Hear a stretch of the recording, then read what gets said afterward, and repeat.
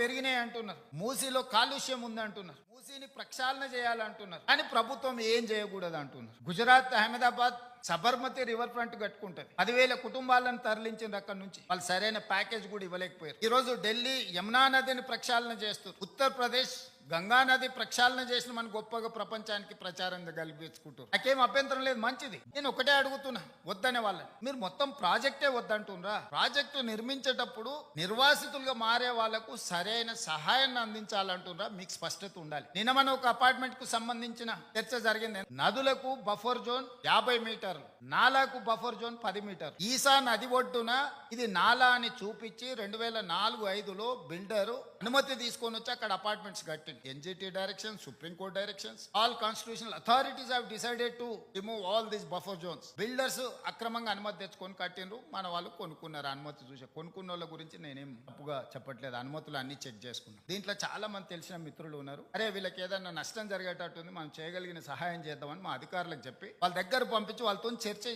చెప్పిన. మరి వాళ్ళకి ఎంత చేరిందో తెలియదు, అందుకే ఈ రోజు ఇక్కడ నుంచి చెప్పదలుచుకున్నాను. ఇంకా భవిష్యత్తులో ఎప్పుడు మీకు అమ్ముకోవడానికి కొనుక్కోవడానికి కూడా ఉండదు. ఈ 50 మీటర్ల బఫర్ జోన్ అనేది బ్యాన్ చేస్తాం, ఇప్పటికిప్పుడు కూలగొట్టకపోయినా భవిష్యత్తులో అది మీకు జీరో వాల్యూ అవుతుంది. మీ మేలు కోసం మీరు నష్టపరిహారం తీసుకొని మీరు వేరే దగ్గరికి వెళ్ళి కొనుక్కుంటాం అంటే మీ ఇష్టం. లేదు అంటే మీ ఎంత స్థలం ఉందో అంతే స్థలం ఆ పక్కన ప్రభుత్వ స్థలాన్ని కేటాయించి ఈ నిర్మాణానికి అవసరమయ్యే నిధులు కూడా ప్రభుత్వం ముందే మీ బ్యాంకులో డిపాజిట్ చేస్తుంది. మీరు ఒక అసోసియేషన్, మీ ఎట్లాగూ అపార్ట్మెంట్స్ వెల్ఫేర్ అసోసియేషన్ ఉంటుంది కదా, మీరు మీకు డిపాజిట్ చేస్తాం, మీరు కట్టుకోండి అని మేము చెప్పిన. అది రాజకీయ రంగుగా మారి ప్రతి రాజకీయ పార్టీ అక్కడికి వెళ్ళి వాళ్ళ పట్ల సానుభూతి చూపిస్తున్నారు. సానుభూతితో ఇది సమస్య పరిష్కారం కాదు. నేను ఆ మిత్రులకు సవినయంగా విజ్ఞప్తి చేస్తున్నా. 50 మీటర్ల చట్టము అమల్లో ఉంది. ఆ చట్టాన్ని నేను మార్చలేను. నేషనల్ గ్రీన్ ట్రిబ్యునల్ నుంచి సుప్రీంకోర్టు వరకు ఇచ్చిన గైడ్ లైన్స్ ప్రకారం ఏర్పడింది. అట్లాంటివి మేము సేకరించి వాళ్ళకి మేలు చేసి వాళ్ళని పక్కకు తరలించి వాళ్ళకి ప్రత్యామ్నాయం చూపిద్దామని అంటే లేదు, మేము అడ్డుకుంటామని రాజకీయ పార్టీలు అక్కడికి వెళ్తున్నాయి. ఎవ్వరు వీళ్ళు ఉండరు.